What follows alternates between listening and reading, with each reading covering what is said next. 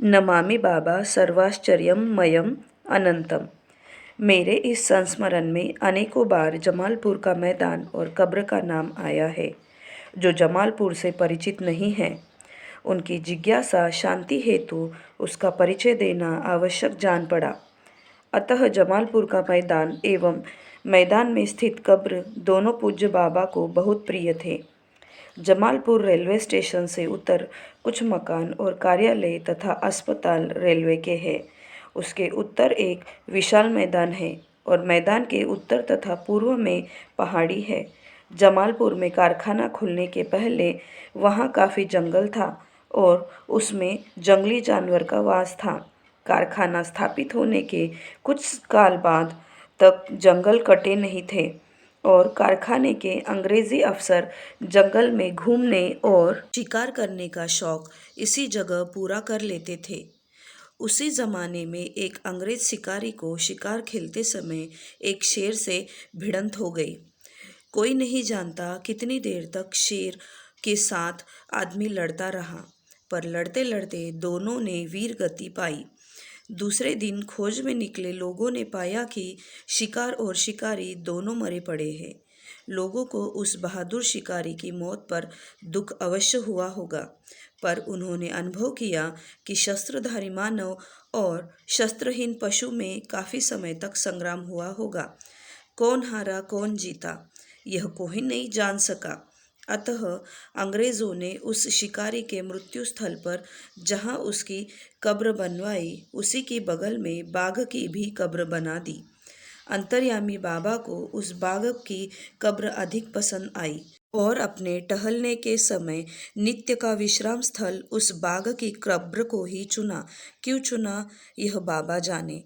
हमें इतना ही मालूम है कि वे प्रायः उस बाघ की कब्र पर बैठते थे। हाँ, यदि कोई बाघ की कब्र पर पहले से ही बैठा होता तो वे मानव की कब्र पर बैठ जाते थे। पूज्य बाबा ने अनगिनत प्रयोग दिखाए और अनेकों लोगों का कल्याण किया। इन्हीं कब्रों पर अथवा इन ताल वृक्षों के बीच बैठकर आने वाले समय में बाबा का यह विश्राम स्थल साधकों को प्रेरणा देने वाला तीर्थ स्थान बन जाएगा। उन कब्रों के समीप ही ताड़ के 3 पुराने पेड़ थे और यहाँ भी अनेक लोगों को तंत्र की दीक्षा दी गई।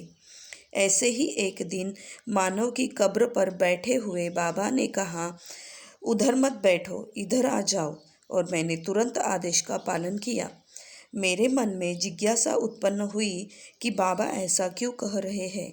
अंतर्यामी बाबा से मेरी जिज्ञासा छिपने वाली तो थी नहीं और पूज्य बाबा ने बताया कि जिधर तुम बैठे थे उधर एक सांप रहता है। मेरे सामने तो वह बेझिझक आता जाता है, पर तुम्हारे वहाँ बैठ जाने से उसके आने जाने का मार्ग अवरुद्ध हो रहा था। इसीलिए बताया कि उसके आने जाने के रास्ते से अलग होकर बैठो।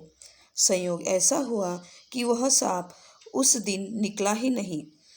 उन्हीं कब्रों के पास त्रिभुज बनता हुआ 3 ताल के पेड़ है, जिसके बीच भी पूज्य बाबा यदा कदा बैठते थे। इन ताल के पेड़ों के बीच बहुत से भाग्यशाली गुरु भाइयों को पूज्य बाबा ने दीक्षा दी।